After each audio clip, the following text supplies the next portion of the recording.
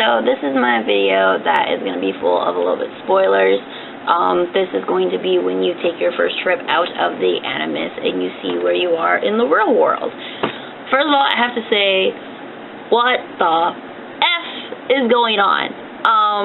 You're basically with Abstergo. You are within Abstergo. And the way that it seems like what they're doing is that Liberation and Black Flag are video games. So it's a video game within a video game.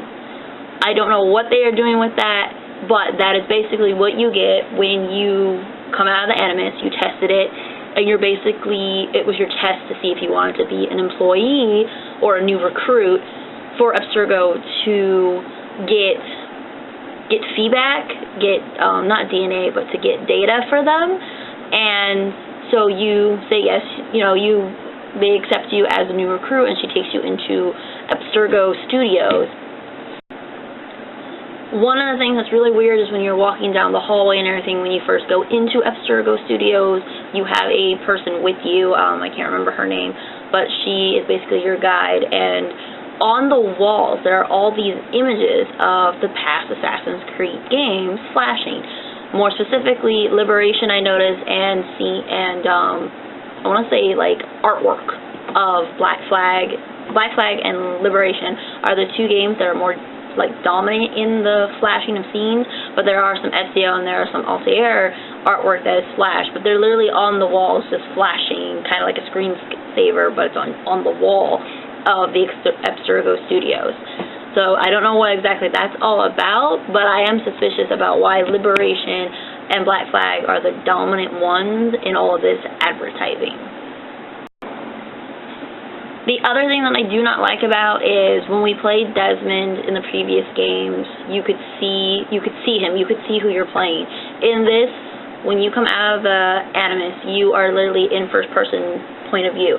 You can't see your hand color, there's no reflection if you go near glass or anything. The person who is being your tour in Abstergo Studios, she never even says your name either. So that makes me a little suspicious.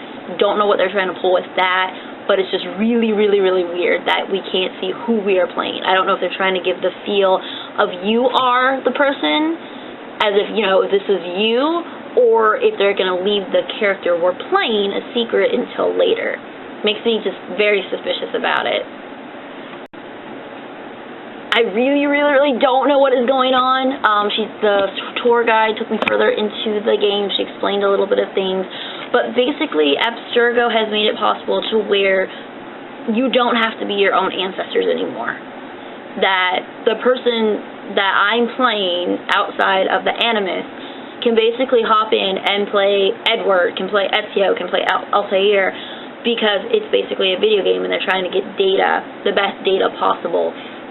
And when you go into your work area, there's all these other cubicles with other people playing the game, and people are talking about how much data they were able to collect, or about their missions and things like that, or how cool it was to be doing this and doing that. Again, Liberation and Black Flag, they are the dominant posters or pictures and artwork and little screen on the computer screen has information about Liberation and Black Flag. They are the more dominant ones. I have not yet seen anything about Altair and Ezio, but those two games definitely, it looks like it. It looks like they're the dominant ones, and again, it makes me very suspicious as to why those two are the dominant ones.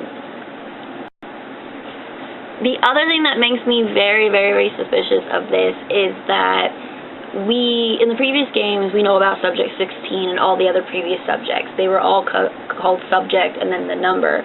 In this, when we are taken up to our work area, the tour guide that is taking us around Abstergo Studios, she says that we are doing testing for Subject 17. It's data testing or data recovery for Subject 17. What the F?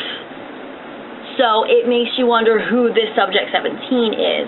I don't think it's Desmond, because the person who is your tour guide, it is a she. She makes comment that how they have a very big donator who was Desmond Miles. So the fact that they talk about Desmond being a donor, like, for the data and everything, it makes me think that Desmond is not Subject 17. It's a completely different person, and it just raises more questions, like, what the F is going on? Like seriously, what is going on?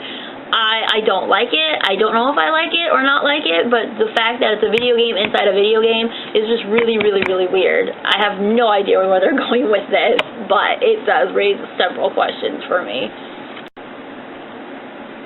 Coming out of the Animus, like I said, you can walk around Abstergo Studios after she gives you the tour of where you work and where you're allowed to go, where you're not allowed to go. They basically let you free walk around the office area and everything, and there's these little sticky notes. The sticky notes are in the shape of the scanner, that little square that for your iPhones, if you scan it, you can, like, go to a website or get additional information on something.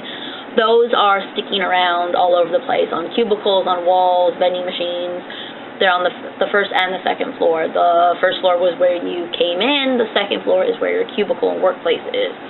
And there's little sticky notes, and I believe they are trying to they're either trying to resurrect Juno, or they're working to help Juno resurrect completely, because the sticky notes are always referencing her with big capital letters, H-E-R, and they're talking about how weak and stupid humans are, that the people who came before them, the civilization before them, was really, really, they're more advanced. We are supposed to submit to them. We should submit to them. It's making it sound like everybody's okay with this. Like, they are okay with the fact that Juno thinks the way she does about us, and so we're okay with that. There's one sticky note where they're talking about gathering data, and it sounds like they are trying to do this to help her basically resurrect. And it's really, really hard to explain. I did not copy the notes, but oh my god, I don't know what to do about this. The fact that Abstergo might be helping resurrect Juno completely. The world apparently didn't end at the end of Assassin's Creed 3, because we know Desmond sacrificed himself to basically resurrect Juno, but it just, I have no idea what happened in the process in between 3 and 4. Just no idea. It looks like, yes, we went technically backwards in the timeline for ancestor-wise, but it looks like present day just kept going. So have no idea what's going to go on, but this part I'm really, really interested in. Again, it could be like all the other Assassin's Creed games where it just raises more answers, gives you more questions rather than answers to the questions that you want. Have no idea where this is going to go, but I'm definitely looking forward to this, and I can't wait to see what happens with this storyline. That is it for now for that. That was my one time out of the Animus where anything happens. So I will update when more scenes outside the Animus happen. Okay?